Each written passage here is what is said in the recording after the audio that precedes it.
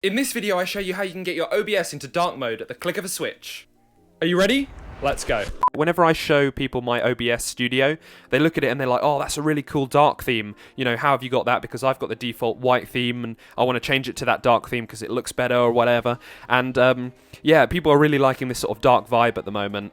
But yeah, it's actually really super simple to do. You just want to go down to your controls here, and you'll be quite familiar with that because that's where it says your start streaming, start recording, your studio mode, also settings and exit. You want to just click on the settings, and inside there you've got a number of different themes. You want to go onto your general tab. Sometimes you'll automatically be on the stream tab or the output tab. I've had that sometimes where it just sticks on one of these, but you just want to go to the general tab. It's the one here with the computer and the screwdriver.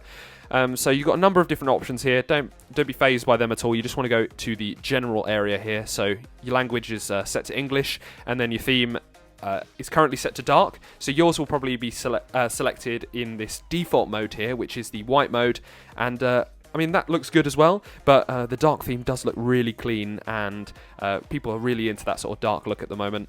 And you've actually got some different options on there as well. So you've got Rachni or Acri, some questionable names, but I'm sure a lot of thought went into them. So the Acri one here, you've got some dark blues and some darker greys around here. And then the Rachni theme, you've got some pink and some blue in there. It's quite a nice theme as well. But the cleanest one, I think, out of all of them is the dark theme. So you just want to select that one there. And it also changes the fonts and stuff as well, but I think it looks really cool. So once you've selected the theme that you want, you just want to exit out of here, and it will say you have unsaved changes.